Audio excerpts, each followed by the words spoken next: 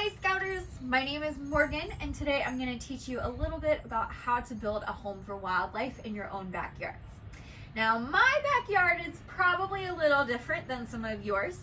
I don't have a big backyard, instead I have a little patio. So all of these things can be done in your backyard, your front yard, in your side yard, at a friend's yard, but not right now because we're social distancing. Or if you do live in an apartment, you may be able to use something like a flower box to help build that habitat. So we want to attract a couple different things to our porch. The most important thing is pollinators. Pollinators are so incredibly important for our environment.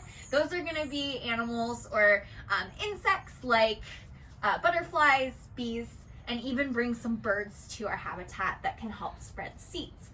Now on top of that, I'm also very interested in bringing some toads and frogs to my garden.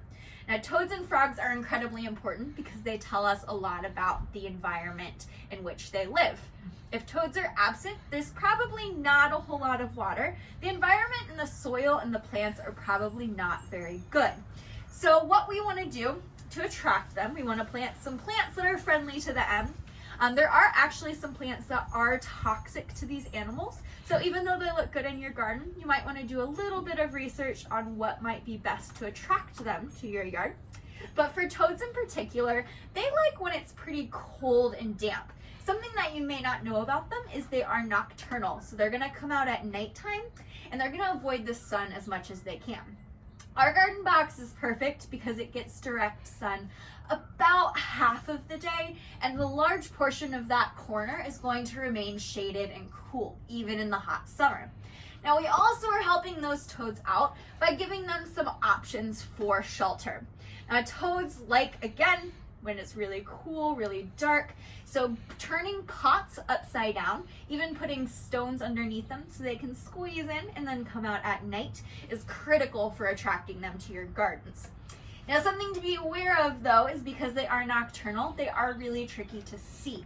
So be careful if you plan on attracting toads or frogs to your garden because you never quite know where they're going to be.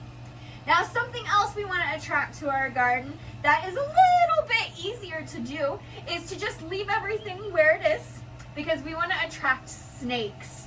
Now snakes are incredibly important for your backyard ecosystem. So what snakes like is they like things that they can hide under and they like things that they can sun themselves on. Now we don't really want snakes to sun around here because we do have a large pavement behind us, but we do want to give them opportunities to hide in things like twigs, pine cones, and leaves. By building really good habitats in our backyard, we're not just attracting those animals and providing shelter, but we're also attracting other animals that may prey off of them or thrive in environments where you have fewer pests.